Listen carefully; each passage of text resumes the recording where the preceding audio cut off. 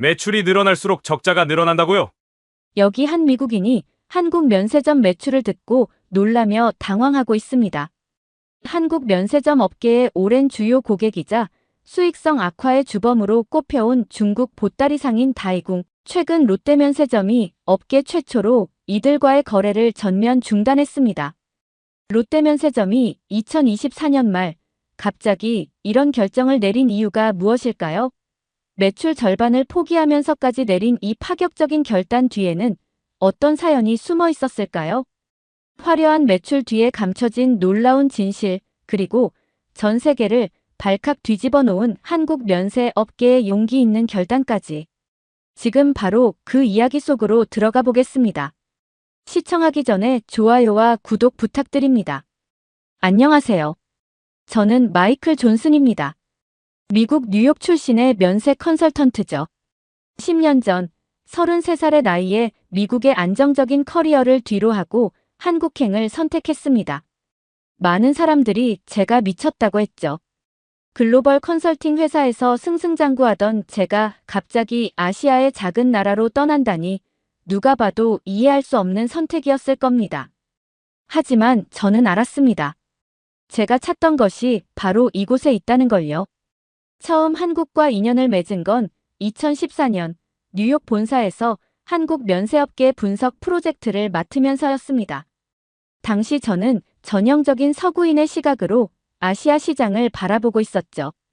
작은 시장, 제한적인 성장성, 불투명한 미래, 이런 단어들로 한국 시장을 정의하려 했습니다. 그러나 데이터를 분석하면 할수록 제 선입견은 완전히 깨져나갔습니다.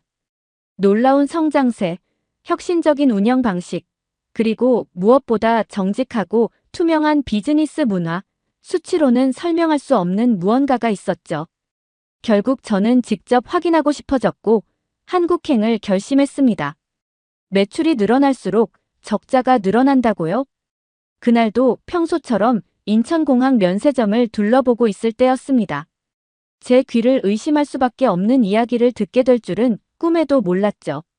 10년간 한국 면세업계에서 일하며 보고 들은 것들이 한순간에 뒤집히는 느낌이었습니다. 한국에 처음 왔을 때가 생각났습니다. 활기 넘치는 면세점들, 쇼핑하는 관광객들의 웃음소리, 그리고 매달 발표되는 놀라운 매출 실적까지. 모든 것이 완벽해 보였습니다. 특히 한국의 체계적인 비즈니스 문화는 저를 완전히 매료시켰죠. 미국에서는 보기 힘들었던 정직함과 효율성이 공존하는 모습이었으니까요. 매일 아침 8시, 저는 공항 면세점에서 하루를 시작했습니다. 전 세계에서 몰려드는 관광객들, 완벽한 진열대, 친절한 직원들, 모든 것이 시계처럼 정확하게 돌아가는 이곳이 저는 참 좋았습니다. 때로는 본사에서 컨설팅을 요청받아 다른 나라의 면세점을 방문하기도 했지만 한국의 면세점만큼 체계적이고 효율적인 곳은 없었죠. 정말 대단하지 않나요? 우리 면세점은 매달 신기록을 세우고 있어요. 동료들의 자부심 넘치는 목소리가 아직도 귓가에 생생합니다. 실제로 수치는 놀라웠습니다. 매출은 매년 두 자릿수 성장을 기록했고 외국인 관광객 수도 꾸준히 증가했죠. 코로나19라는 전례 없는 위기도 한국의 면세점들은 빠르게 극복해냈습니다. 그런데 왜일까요? 왜 이렇게 성공적으로 보이는 비즈니스 모델에서 이상한 징후들이 포착되기 시작한 걸까요? 마이클 씨, 잠시 시간 괜찮으신가요? 그날도 평소처럼 현장을 둘러보고 있을 때였습니다. 롯데면세점 마케팅 팀장 김소혜 씨가 저를 찾아왔죠. 처음 뵙는 분이었지만 그녀의 표정에서 심상치 않은 긴장감이 느껴졌습니다. 평소 제가 알던 한국 직장인들의 모습과는 달랐어요. 뭔가 큰 결심을 한 듯한 표정이었죠. 현장에서 일어나는 일들을 한번 봐주셨으면 해서요. 김소혜 씨는 주변을 살피며 조심스럽게 말을 이어갔습니다. 그녀가 건넨 태블릿에는 면세점의 매출 데이터가 가득했습니다. 겉으로 보기에는 놀라운 성장세였죠. 하지만 그 숫자들을 자세히 들여다보니 뭔가 이상했습니다. 매출은 기하급수적으로 늘어나는데 수익은 오히려 감소하는 기이한 패턴이 반복되고 있었거든요. 특히 특정 시간대, 특정 제품군에서 이런 현상이 두드러졌습니다. 마치 누군가 계획적으로 이런 패턴을 만들어내고 있는 것 같았죠. 이건 말이 안 되는데요? 저도 모르게 중얼거렸습니다. 10년간 쌓아온 제 경험으로는 도저히 이해할 수 없는 수치들이었으니까요. 성장하는 기업에서 이런 패턴이 나타난다는 건 뭔가 심각한 문제가 있다는 신호였습니다. 그때 김소혜 씨가 조심스럽게 말을 이었죠. 마이클 씨, 혹시 중국 보따리상이라고 들어보셨나요? 그녀의 질문과 함께 제가 알던 한국 면세업계의 화려한 이면에 숨겨진 충격적인 진실이 하나둘 드러나기 시작했습니다. 김소혜 씨가 건넨 태블릿을 들여다보며 저는 한동안 말을 잇지 못했습니다. 화면에는 지난 3년간의 매출 데이터가 실시간으로 업데이트되고 있었는데 그 속에서 발견한 패턴이 너무나 충격적이었기 때문입니다. 이 시간대의 구매 기록들을 보세요. 매일 새벽 3시부터 4시 사이 동일한 패턴으로 수천만 원 상당의 제품이 판매됩니다. 그것도 모두 같은 브랜드, 같은 제품으로요. 김소혜 씨의 설명을 들으며 저는 천천히 고개를 끄덕였습니다. 분명 이상했습니다. 일반적인 쇼핑 패턴이라면 시간대별, 요일별로 다양한 변동이 있어야 정상인데 이건 마치 프로그래밍된 것처럼 일정했거든요. 더 이상한 건 따로 있어요. 김소혜 씨는 화면을 옆으로 넘겼습니다. 이번에는 수수료 환급 내역이었습니다. 이 거래들에 대해서는 정상가의 40에서 50%를 수수료로 돌려주고 있어요. 매출은 크게 잡히지만 실제로는 손해를 보고 있다는 거죠. 그 순간 저는 등골이 서늘해지는 것을 느꼈습니다. 10년간 이 업계에서 일하면서도 이런 구조는 처음 보았거든요. 매출이 늘어날수록 손실이 커지는 이상한 수익 구조. 그것도 전체 매출의 절반 가까이를 차지하는 거래에서 말이죠. 잠깐만요. 그럼 작년에 발표된 사상 최대 매출도, 네, 실제로는 엄청난 손실을 감수하고 있었던 거예요. 사무실 밖에서 들려오는 술렁임에 우리는 잠시 대화를 멈춰야 했습니다. VIP 고객이 온다는 연락이었죠. 하지만 제 눈에 들어온 건 전혀 다른 광경이었습니다. 현관에 들어선 건 30명 정도의 중국인 단체였습니다. 그들 사이에서 유독 눈에 띄는 한 남자가 있었죠. 키 크고 마른 체격에 검은색 정장을 깔끔하게 차려입은 사람이었습니다. 리우창이에요. 김소혜 씨가 작은 목소리로 속삭였습니다. 1990년대 초반 쓰촨성의 작은 마을에서 시작해서 지금은 중국 전역의 명품 유통을 좌우하는 실세죠. 처음엔 진짜 장사꾼이었다고 해요. 자전거 하나로 시작해서 마을과 마을을 오가며 물건을 팔았대요. 저는 리우창을 자세히 관찰했습니다. 검은색 정장을 완벽하게 소화하는 그의 모습에서 초창기 모습은 전혀 찾아볼 수 없었죠. 하지만 가끔 그의 눈빛에서 시장 상인 특유의 날카로움이 비치곤 했습니다. 지금도 직원들 사이에서는 전설 같은 이야기가 돌아요. 20대 후반이었던 그가 처음으로 한국 면세점과 거래를 시작했을 때 당시 그의 사무실은 베이징 외곽의 허름한 창고였대요. 하지만 그는 직접 발로 뛰며 중국 전역의 유통망을 만들었고 김소혜 씨의 설명을 들으며 저는 리우창을 새로운 시각으로 보게 되었습니다. 그는 단순한 불법 거래상이 아닌 중국의 급격한 변화 속에서 살아남기 위해 고군분투한 사업가였던 거죠. 리우창이 우리 쪽으로 다가왔습니다. 그의 완벽한 한국어에는 쓰촨 사투리의 흔적이 미세하게 남아있었죠. 오늘도 좋은 물건들 많이 준비해 주셨나요? 그의 미소 속에는 자부심과 불안이 공존하고 있었습니다. 나중에 알게 된 사실이지만 그 무렵 그는 큰 압박에 시달리고 있었다고 합니다. 중국 정부의 규제는 점점 강화되고 있었고 수천 명의 직원들은 그에게 생계를 의존하고 있었죠. 리우창은 마치 이곳이 자신의 집인 것처럼 자연스럽게 움직였습니다. 직원들과 허물없이 대화를 나누고 가끔은 농담도 건네는 모습이었죠. 하지만 그의 눈빛은 차가웠습니다. 비즈니스맨의 그것이 아닌 사냥감을 노리는 포식자의 눈빛이었달까요? 안녕하세요, 김 팀장님. 리우창이 우리 쪽으로 다가왔습니다. 완벽한 한국어였죠. 오늘도 좋은 물건들 많이 준비해 주셨나요? 그의 미소 띈 얼굴에는 어딘가 모를 위협감이 서려 있었습니다.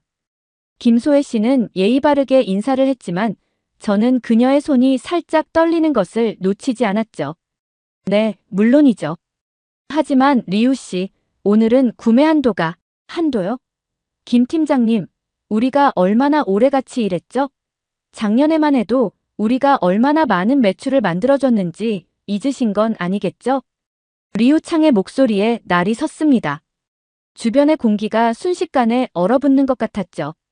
아시다시피 저희도 규정이 있어서요. 규정이요? 리우 창이 갑자기 웃음을 터뜨렸습니다. 하지만 그의 눈은 전혀 웃고 있지 않았죠. 재미있네요. 지금까지는 그런 규정 없었는데 혹시 새로 오신 이 외국인 선생님 때문인가요? 리우 창의 시선이 저를 향했습니다. 그제서야 저는 깨달았습니다. 그는 제가 누군지 이미 알고 있었던 거죠. 우리 거래가 없어진다면 이곳의 매출은 절반으로 떨어질 텐데 그걸 감당하실 수 있나요? 리우 창의 말에는 분명한 협박이 담겨 있었습니다. 하지만 더 충격적인 건 그 다음이었죠. 아니면 제가 본사에 한 통의 전화를 드려볼까요? 김 팀장님 상사분들은 아마 저희의 특별한 관계에 대해 자세히 모르실 테니까요. 순간 김소혜 씨의 얼굴이 창백해졌습니다. 저는 본능적으로 그녀 앞으로 한 걸음 나섰죠. 미스터 리우, 제가 한 가지 여쭤봐도 될까요? 제 목소리는 의도적으로 차분했습니다. 매출이 늘어날수록 손실이 커지는 구조가 정상이라고 생각하시나요? 리우 창의 눈이 순간 날카로워졌습니다. 그는 잠시 저를 바라보더니 이내 다시 그 특유의 미소를 지었죠. 존슨 씨, 당신은 아직 동양의 비즈니스를 잘 모르시는 것 같네요. 여기서는 숫자만이 전부가 아니니까요. 그렇게 말하고 리우 창은 우리 곁을 지나쳐갔습니다. 하지만 그의 마지막 말은 마치 경고처럼 공기 중에 맴돌았죠. 그날 저녁 김소혜 씨와 저는 늦게까지 사무실에 남아 데이터를 분석했습니다. 매출의 50%를 차지하는 거래가 사실은 엄청난 손실을 만들어내고 있다는 사실. 그리고 그 뒤에 숨겨진 더 큰 문제들까지. 이대로는 안 됩니다. 김소혜 씨의 목소리는 작지만 단호했습니다. 우리가 지금 하는 일이 정말 면세점의 존재 이유에 부합하는 걸까요? 관광객들을 위한 쇼핑 공간이 아니라 그저 중국 보따리상들의 중간 기착지로 전락해버린 것은 아닐까요? 저는 그녀의 말에 깊이 공감했습니다. 하지만 동시에 큰 두려움도 느꼈죠. 우리가 마주한 것은 단순한 비즈니스 관행이 아니었으니까요. 그것은 수년간 이어져 온 거대한 시스템이었고 그 속에는 수많은 이해관계가 복잡하게 얽혀 있었습니다. 하지만 우리는 알았습니다. 이제 더 이상 눈을 감고 있을 수 없다는 것을요. 그리고 이것이 우리가 마주하게 될 더 큰 폭풍의 시작일 뿐이라는 것도 말이죠. 리우 창과의 첫 대면 이후 상황은 걷잡을 수 없이 악화되기 시작했습니다. 그날 밤 늦게까지 김소혜 씨와 데이터를 분석하던 중 현장 직원 이지현 씨에게서 다급한 전화가 왔습니다. 팀장님, 큰일 났어요. 지금 수백 명의 고객들이 한꺼번에 몰려들었는데 뭔가 이상해요. 이지현 씨의 떨리는 목소리를 들으며 우리는 즉시 공항으로 향했습니다. 자정이 넘은 시간이었지만 면세점은 마치 대낮처럼 북적였죠. 하지만 뭔가 달랐습니다. 일반적인 쇼핑객들의 모습이 아니었거든요. 저기 보세요. 김소혜 씨가 가리킨 곳에서는 수십 명의 사람들이 마치 사전에 약속이라도 한 듯 동일한 동선으로 움직이고 있었습니다. 모두가 같은 브랜드, 같은 제품을 카트에 담았죠. 더 충격적인 건 그들의 표정이었습니다. 일반적인 쇼핑객들의 즐거운 표정이 아닌 마치 업무를 수행하는 듯한 무표정한 얼굴들이었죠. 가짜 구매자들이에요. 김소혜 씨의 말에 저는 숨이 막혔습니다. 리우창이 우리를 압박하기 위해 동원한 사람들이었던 거죠. 그들은 마치 군대처럼 조직적으로 움직이며 매장을 장악했고, 실제 고객들은 그들 때문에 쇼핑을 포기하고 돌아가야 했습니다. 이건 못 참죠. 저는 즉시 보안팀에 연락을 취했습니다. 하지만 그때였습니다. 존슨 씨, 잠시 이야기 좀 나눌 수 있을까요? 리우창의 오른팔이라 불리는 장웨이가 불쑥 나타났습니다. 그의 손에는 우리가 분석하고 있던 내부 데이터가 들려 있었죠. 이런 민감한 자료를 가지고 장난치시면 안 되는데 우리 모두에게 좋지 않은 일이 생길 수도 있지 않을까요? 그의 말에는 분명한 협박이 담겨 있었습니다. 하지만 더 충격적인 건 그가 어떻게 우리의 내부 자료를 입수했는지였죠. 분명 누군가가 내부에서 정보를 유출하고 있다는 의미였으니까요. 마이클 씨, 무서워요. 그날 밤 늦게 김소혜 씨가 떨리는 목소리로 말했습니다. 우리는 24시간 카페에 앉아 있었죠. 집에 가기가 두려웠던 겁니다. 실제로 김소혜 씨의 차는 며칠째 미행을 당하고 있었고 저 역시 수상한 전화들을 받고 있었으니까요. 우리가 건드린 게 너무 큰 것 같아요. 어쩌면 우리가 잘못된 걸지도 모르죠. 김소혜 씨의 눈에 눈물이 고였습니다. 10년 넘게 회사를 위해 헌신해온 그녀였지만 이런 상황은 처음이었을 겁니다. 저는 그녀의 떨리는 손을 꼭 잡았습니다. 소희 씨, 우리가 하는 일이 옳다는 걸 알잖아요. 이대로 가다가는 회사가 무너질 거예요. 그때였습니다. 갑자기 우리 테이블 위로 그림자가 드리워졌죠. 정말 그렇게 생각하시나요, 존슨 씨? 리우창이었습니다. 그는 마치 우리의 대화를 처음부터 듣고 있었다는 듯이 천천히 자리에 앉았습니다. 당신들이 생각하는 것처럼 세상은 단순하지 않아요. 우리가 없으면 이 회사는 한 달도 버티지 못할 겁니다. 매출의 50%가 사라진다는 게 무슨 의미인지 정말 이해하고 계신가요? 리우창의 말은 겉으로는 부드러웠지만 그 속에는 날카로운 칼날이 숨겨져 있었습니다. 당신들의 조사는 이제 그만두시죠. 모두가 편하게 살 수 있는 방법이에요. 그는 테이블 위에 봉투 하나를 올려놓았습니다. 열어보지 않아도 알 수 있었죠. 우리를 매수하려는 거였습니다. 리우 씨. 제가 천천히 입을 열었습니다. 당신은 우리가 왜 이 일을 시작했는지 모르시는 것 같네요. 이건 단순히 매출이나 이익의 문제가 아닙니다. 우리는 그때였습니다. 갑자기 김소혜 씨의 휴대폰이 요란하게 울렸죠. 본사 비서실에서 걸려온 전화였습니다. 네, 지금요? 김소혜 씨의 얼굴이 창백해졌습니다. 전화를 끊은 그녀는 한동안 말을 잇지 못했죠. 본사에서 내일 아침 8시까지 오래요. 이사회가 긴급 소집됐대요.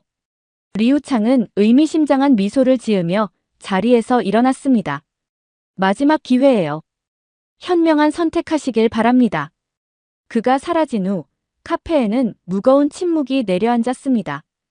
우리는 서로의 눈을 바라보았죠. 두려움과 불안이 가득한 눈빛이었지만 동시에 그 속에는 단단한 결의가 깃들어 있었습니다. 마이클 씨, 김소혜 씨가 떨리는 목소리로 말을 이었습니다. 우리가 정말 이길 수 있을까요? 저는 잠시 침묵했습니다. 솔직히 저도 자신이 없었습니다. 우리가 맞서고 있는 건 단순한 비즈니스 관행이 아닌 오랜 시간 동안 견고하게 형성된 이해관계였으니까요. 하지만 동시에 저는 알고 있었습니다. 이제 돌아갈 수 없다는 것을요. 이길 수 있습니다, 소희 씨. 왜냐하면 우리에겐 진실이 있으니까요. 그렇게 말하며 저는 제 노트북을 열었습니다. 화면에는 우리가 며칠 동안 밤새워 정리한 데이터들이 가득했죠. 매출은 늘어나지만 실제로는 엄청난 손실이 발생하는 구조, 비정상적인 거래 패턴, 그리고 그 속에 숨겨진 불법적인 요소들까지. 내일 이사회에서 모든 것을 밝히겠습니다. 제가 끝까지 함께하겠습니다. 그날 밤 우리는 새벽까지 발표 자료를 준비했습니다. 이제 돌이킬 수 없는 강을 건너려는 순간이었죠. 하지만 우리는 알고 있었습니다. 이것이 우리가 선택할 수 있는 유일한 길이라는 것을요. 이사회가 열리는 45층 회의실로 향하는 엘리베이터 안에서 저는 김소혜 씨의 손이 차갑게 식어 있는 것을 느꼈습니다. 밤새 준비한 자료들이 담긴 태블릿을 꼭 쥐고 있는 그녀의 눈에는 피로와 긴장감이 가득했지만 동시에 단단한 결의도 엿보였죠. 마이클 씨, 제가 정말 감사했던 건 말을 잇던 김소혜 씨의 목소리가 떨렸습니다. 끝까지 저를 믿어주신 거예요. 엘리베이터가 45층에 도착하기 직전 저는 그녀에게 말했습니다. 소희 씨, 우리는 이길 거예요. 왜냐하면 우리가 하는 일이 옳기 때문입니다. 회의실 문을 열자 예상했던 것보다 훨씬 많은 사람들이 있었습니다. 이사회 멤버들은 물론이고 각 부서의 팀장들과 심지어 해외 바이어들까지. 그리고 놀랍게도 리우창도 그곳에 있었죠. 김 팀장, 발표 시작하시죠. 대표이사의 차가운 목소리가 회의실에 울렸습니다. 모두의 시선이 우리에게 쏠렸죠. 그 순간 저는 김소혜 씨의 어깨가 살짝 떨리는 것을 느꼈습니다. 네, 시작하겠습니다.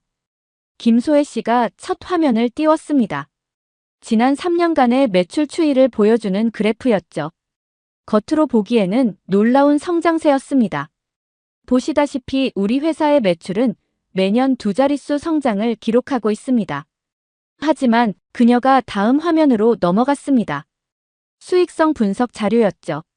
실제 수익은 오히려 감소하고 있습니다.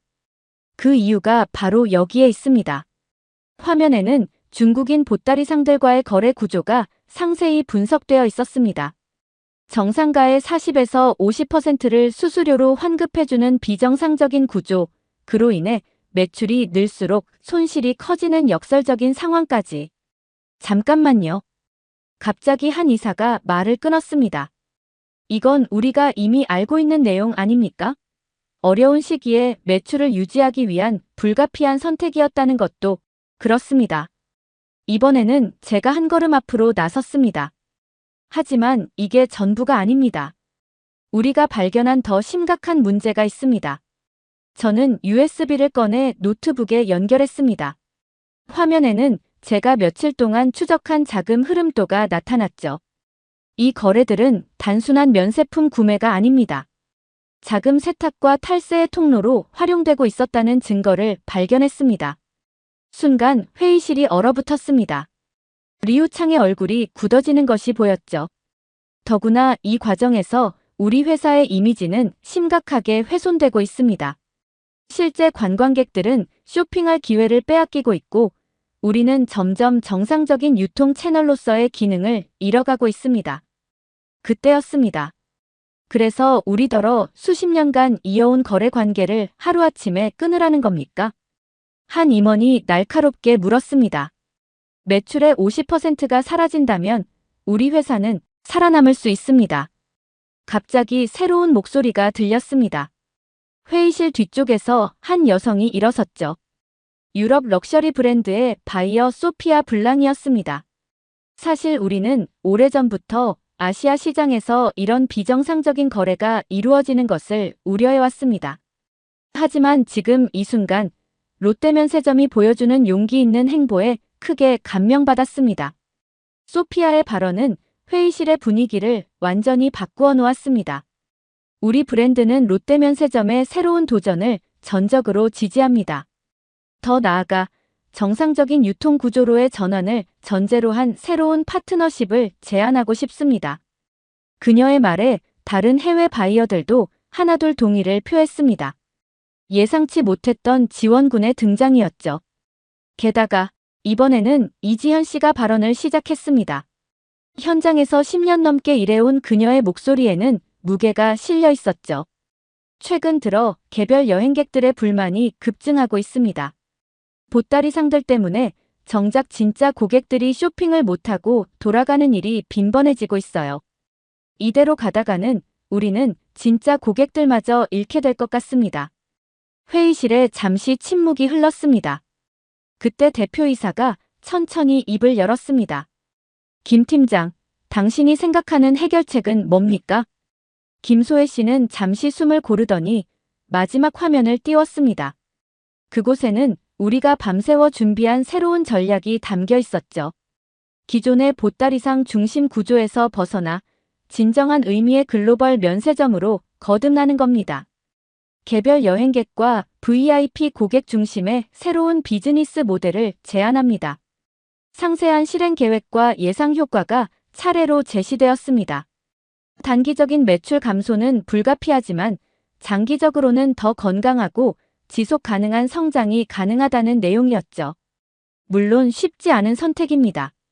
하지만 지금 이 순간 우리는 결단을 내려야 합니다.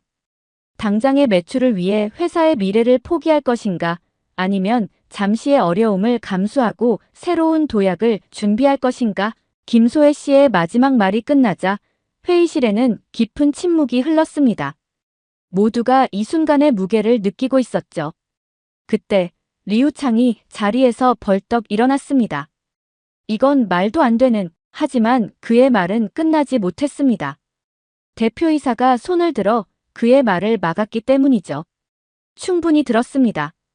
대표이사의 목소리에는 이제 차가움이 없었습니다.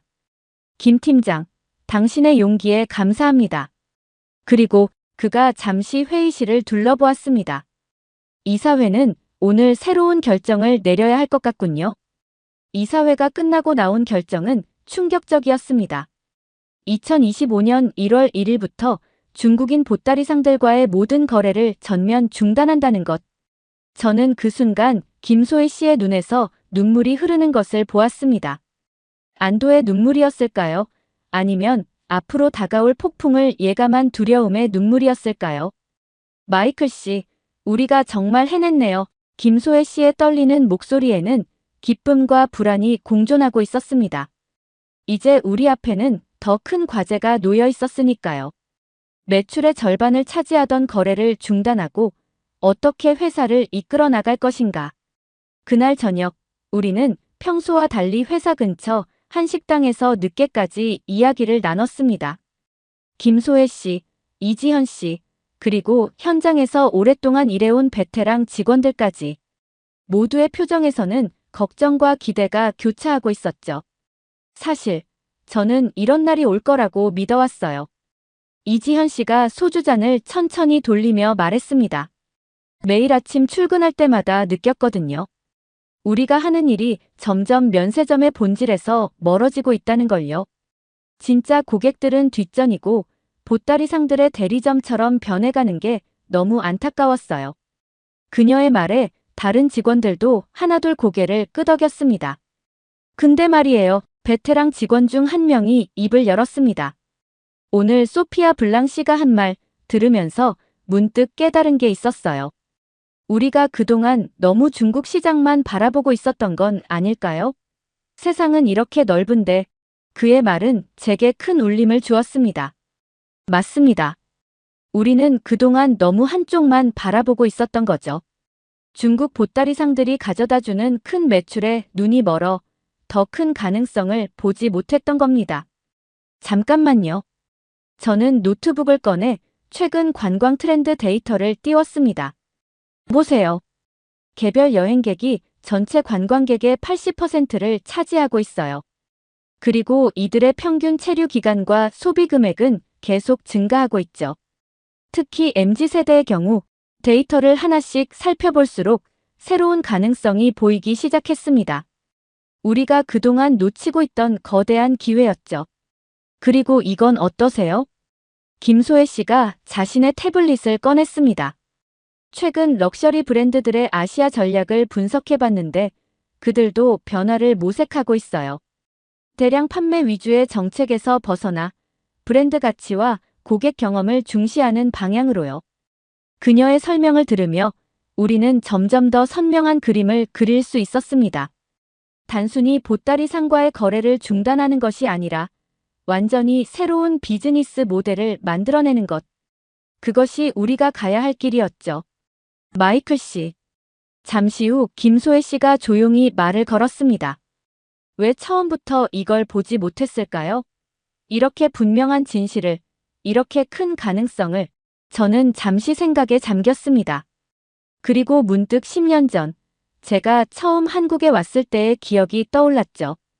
아마도 우리는 너무 익숙함에 갇혀 있었던 것 같아요. 변화는 두렵죠. 특히 잘 돌아가고 있는 것처럼 보일 때는요. 하지만 가끔은 모든 것을 새로운 시각으로 바라볼 필요가 있는 것 같아요. 그때였습니다. 김소혜 씨의 휴대폰이 울렸습니다. 소피아 블랑으로부터 온 메시지였죠. 믿을 수 없어요. 김소혜 씨의 목소리가 떨렸습니다. 유럽의 주요 럭셔리 브랜드들이 우리의 결정을 전폭적으로 지지한다고 해요. 더 나아가 새로운 파트너십을 제안하겠다고. 그 순간 저는 깨달았습니다. 우리가 한 선택은 단순히 한 기업의 변화가 아니었던 거죠. 이것은 전체 업계의 패러다임을 바꿀 수 있는 시작점이었습니다. 그런데 말이죠. 이지현 씨가 문득 심각한 표정을 지었습니다. 리우창이 가만히 있지는 않을 것 같아요. 오늘 퇴근할 때 보니까 이미 우리 직원들 중 일부를 회유하려 한다는 소문도 있더라고요. 그녀의 말에 모두가 긴장했습니다. 맞습니다. 이제 겨우 시작이었죠. 우리 앞에는 수많은 도전과 위기가 기다리고 있었을 겁니다. 하지만 이상하게도 저는 두렵지 않았습니다. 오히려 가슴이 뜨거워지는 것을 느꼈죠. 우리가 가는 길이 옳다는 확신, 그리고 이 변화가 가져올 더 큰 가능성에 대한 기대감 때문이었을까요? 여러분, 저는 천천히 자리에서 일어났습니다. 우리가 지금 시작하는 것은 단순한 비즈니스 모델의 변화가 아닙니다. 이건 우리가 무엇을 위해 존재하는지, 어떤 가치를 추구해야 하는지에 대한 근본적인 질문에 대한 답이에요. 모두가 저를 바라보았습니다. 우리는 이제 진정한 글로벌 면세점으로 거듭날 겁니다. 국적에 상관없이 모든 고객이 동등하게 대우받고 진정한 쇼핑의 즐거움을 느낄 수 있는 곳으로요. 그것이 면세점의 본질이자 우리가 지켜야 할 가치니까요. 그날 밤, 우리는 새로운 꿈을 꾸기 시작했습니다. 그리고 그 꿈은 이제 현실이 되어가고 있었죠. 이사회의 결정이 공식적으로 발표된 다음 날, 면세점은 전쟁터가 됐습니다. 리우창의 조직이 조직적으로 방해 공작을 펼치기 시작한 거죠. 수백 명의 가짜 구매자들이 매장을 점령하고 실제 고객들의 쇼핑을 방해했습니다. 마이클 씨, 큰일 났어요. 이지현 씨가 다급하게 사무실로 뛰어들어왔습니다. 리우창 측에서 우리 직원들을 대상으로 조직적인 회유를 시도하고 있어요. 이미 몇몇 직원들이 사직서를 제출했다고 하고 상황은 생각보다 더 심각했습니다. 10년 넘게 함께 일해온 동료들이 하나둘 회사를 떠나기 시작했고 남은 직원들의 사기도 바닥을 쳤죠. 매출은 급격히 감소했고 주식 시장에서는 우리 회사를 향한 비관적인 전망이 쏟아졌습니다. 이러다가 정말 회사가 무너지는 거 아닐까요? 김소혜 씨의 목소리에는 불안감이 가득했습니다. 솔직히 저도 두려웠습니다. 하지만 그때 예상치 못한 곳에서 희망이 찾아왔죠. 여기가 그 유명한 롯데면세점이군요. 어느 날 오후 한 서양 여성이 매장을 찾아왔습니다. 소피아 블랑이 소개한 유럽의 럭셔리 브랜드 바이어들이었죠. 그들은 우리의 변화를 지켜보기 위해 직접 한국을 방문한 것이었습니다. 정말 인상적입니다. 그들의 평가는 놀라웠습니다. 당장의 매출보다 장기적인 가치를 선택한 것, 그것도 아시아 시장에서 우리는 이런 파트너를 찾고 있었습니다. 그날 저녁, 우리는 그들과 새로운 파트너십 계약을 체결했습니다. 단순한 공급 계약이 아닌 독점적인 프리미엄 라인의 런칭권까지 포함된 획기적인 계약이었죠. 이건 시작에 불과합니다. 소피아 블랑이 말했습니다. 앞으로 더 많은 브랜드들이 롯데면세점의 새로운 도전에 동참할 겁니다. 우리는 이미 아시아 전역에 이 소식을 전했으니까요. 그녀의 말은 현실이 되어갔습니다. 유럽의 럭셔리 브랜드들이 하나둘 우리와 새로운 계약을 맺기 시작했고 일본과 동남아의 프리미엄 브랜드들도 관심을 보이기 시작했죠. 하지만 가장 큰 변화는 현장에서 일어나고 있었습니다. 마이클 씨, 이것 좀 보세요. 어느 날 이지현 씨가 흥분된 목소리로 저를 불렀습니다. 그녀가 보여준 건 고객 만족도 조사 결과였죠. 보따리 상들이 사라지고 나서 실제 관광객들의 만족도가 크게 상승했어요. 특히 VIP 라운지 이용 고객이 30% 이상 증가했고 객단가도 상승세를 보이고 있어요. 데이터는 분명했습니다. 비록 전체 매출은 일시적으로 감소했지만 수익성은 오히려 개선되고 있었죠. 더 중요한 건 진정한 의미의 고객들이 돌아오기 시작했다는 것입니다. 어제는 정말 감동적인 일이 있었어요. 베테랑 직원 한 명이 이야기를 시작했습니다. 한 일본인 가족이 찾아왔는데 작년에 왔을 때는 보따리 상들 때문에 제대로 된 쇼핑을 못하고 돌아갔대요. 근데 이번엔 달랐죠. 여유롭게 쇼핑을 즐기면서 오히려 더 많은 제품을 구매하셨어요. 떠나시면서 하신 말씀이 잊히지 않네요. 이제야 진정한 면세점을 경험한 것 같다고 직원들의 표정도 달라지기 시작했습니다. 처음엔 불안해하던 그들의 눈빛에 자부심이 깃들기 시작한 거죠. 그들은 이제 단순한 판매원이 아닌 고객의 쇼핑 경험을 책임지는 전문가로 거듭나고 있었습니다. 사실 저도 처음에는 많이 불안했어요. 김소혜 씨가 커피를 마시며 말했습니다. 하지만 지금은 달라요. 우리가 하는 일에 자부심을 느낍니다. 매출 숫자를 쫓는 게 아니라 진정한 가치를 만들어내고 있다는 걸 느끼거든요. 그녀의 말처럼 우리는 점점 더 큰 변화를 만들어내고 있었습니다. 매장 구조를 개편해 더 쾌적한 쇼핑 환경을 만들었고 VIP 고객을 위한 특별 서비스도 강화했죠. 디지털 기술을 활용한 새로운 쇼핑 경험도 도입했습니다. 그리고 놀랍게도 리우창의 영향력은 점점 약해지기 시작했습니다. 더 이상 저희를 협박할 수 없을 거예요. 어느 날 김소혜 씨가 자신감 넘치는 목소리로 말했습니다. 이제 우리에겐 새로운 파트너들이 있고 무엇보다 고객들의 신뢰가 있으니까요. 그녀의 말이 맞았습니다. 우리의 변화는 이제 돌이킬 수 없는 흐름이 되어가고 있었죠. 더 이상 누구도 우리를 과거로 돌려보낼 수 없었습니다. 마이클 씨. 퇴근 시간, 김소혜 씨가 제게 다가왔습니다. 처음 이 일을 시작했을 때 우리가 이렇게 큰 변화를 만들어낼 수 있을 거라고 생각하셨나요? 저는 잠시 생각에 잠겼다가 대답했습니다. 아니요, 전혀요. 하지만 이제 알겠습니다. 진실을 바라보고 옳은 일을 하는 데는 때가 있는 것 같아요. 그리고 우리는 그 순간을 놓치지 않았던 거죠. 창밖으로 저녁 노을이 지고 있었습니다. 그 붉은 빛 속에서 저는 우리의 도전이 이제 막 시작되었다는 것을 느낄 수 있었습니다. 더 큰 변화, 더 아름다운 미래를 향해 2024년의 마지막 날, 저는 공항 면세점의 대형 유리창 앞에 서 있었습니다. 창밖으로는 첫눈이 내리고 있었고 매장 안에는 평화로운 활기가 가득했죠. 6개월 전 우리가 그토록 두려워했던 변화는 이제 새로운 희망이 되어 우리 앞에 펼쳐져 있었습니다. 마이클 씨, 믿어지세요? 김소혜 씨가 제 옆에 와서 섰습니다. 그녀의 손에는 최신 실적 보고서가 들려 있었죠. 전체 매출은 30% 감소했지만 순이익은 오히려 15% 증가했어요. 그리고 더 놀라운 건 그녀는 태블릿을 저에게 보여주었습니다. 화면에는 충격적인 수치들이 가득했죠. VIP 고객이 45% 증가했고 객단가는 2배 이상 상승했어요. 무엇보다 고객 만족도가 역대 최고치를 기록했습니다. 저는 그 숫자들을 바라보며 깊은 감동을 느꼈습니다. 이것은 단순한 수치의 변화가 아니었으니까요. 우리가 꿈꾸던 진정한 변화가 현실이 되어가고 있다는 증거였죠. 마이클, 김 팀장님. 갑자기 들려온 목소리에 우리는 돌아섰습니다. 대표이사였죠. 지금 VIP 라운지로 와주시겠어요? 아주 특별한 손님들이 오셨습니다. VIP 라운지에 들어서자 저는 숨을 멈출 수밖에 없었습니다. 전 세계 주요 럭셔리 브랜드의 대표들이 한자리에 모여 있었거든요. 소피아 블랑도 그들 사이에 있었죠. 환영합니다. 마이클, 그리고 김 팀장님. 소피아가 앞으로 나섰습니다.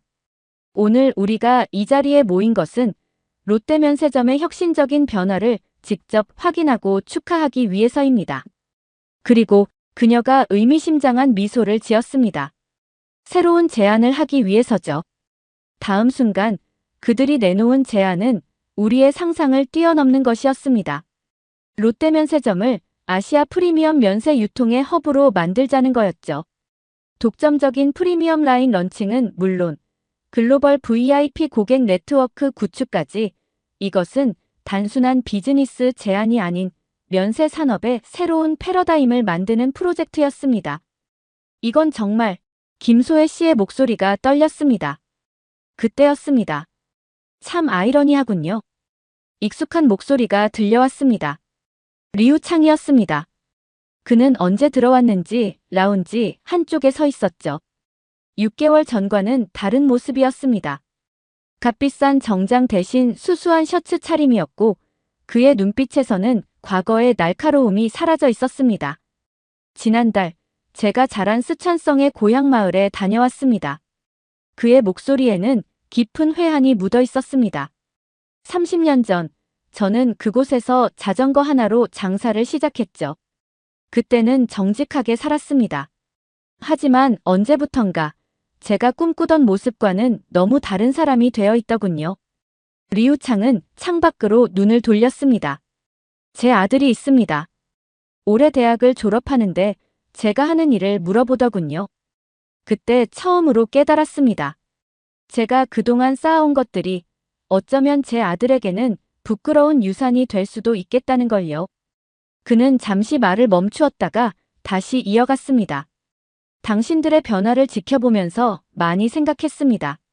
제 조직도 이제는 새로운 길을 찾아야 할 때가 온 것 같아요. 합법적인 유통업자로서 새 출발을 하고 싶습니다. 그래서 오늘 정식으로 제안을 하고 싶었습니다. 네, 압니다. 이제 저도 변화해야 할 때가 온 것 같네요. 합법적인 유통업자로서 새 출발을 하려고 합니다. 그래서 오늘 정식으로 제안을 하고 싶었습니다. 그가 건넨 것은 놀랍게도 정식 사업 제안서였습니다. 중국 내 프리미엄 면세품 유통망 구축에 관한 내용이었죠. 이번에는 완전히 투명하고 합법적인 방식으로요.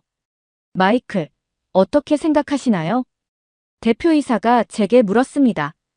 저는 잠시 생각에 잠겼다가 대답했습니다. 리우 씨의 유통망 관리 능력은 분명 대단합니다. 만약 그것을 올바른 방향으로 활용한다면 우리의 새로운 비전에 큰 도움이 될 수 있을 것 같습니다. 그렇게 해서 우리의 변화는 완전히 새로운 차원으로 접어들었습니다.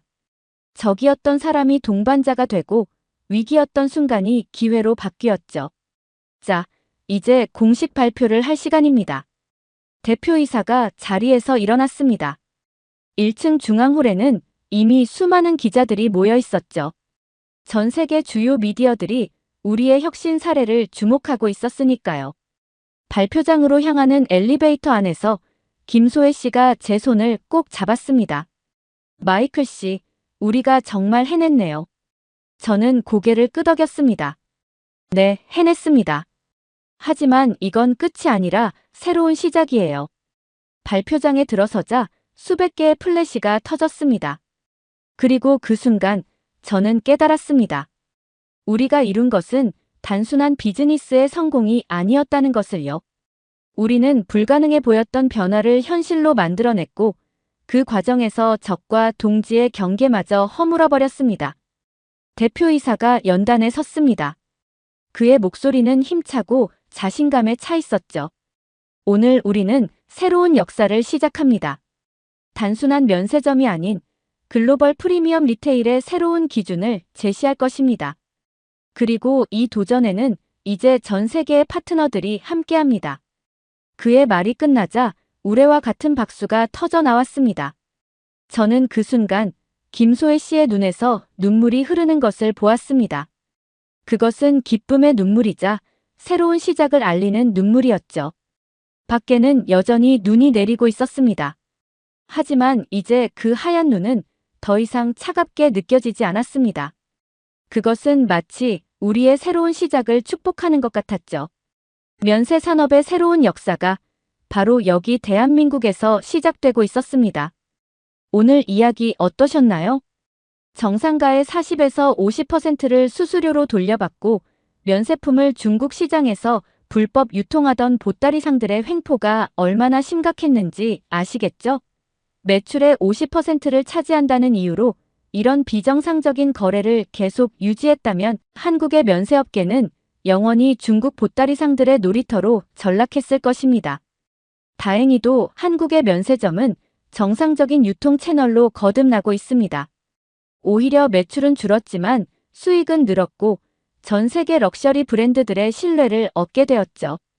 마이클과 김소희에게 응원의 메시지를 댓글로 남겨주세요. 구독과 좋아요도 꾹 눌러주시고 다음에는 더 감동적인 이야기로 찾아뵙겠습니다. 오늘도 들어주셔서 감사합니다.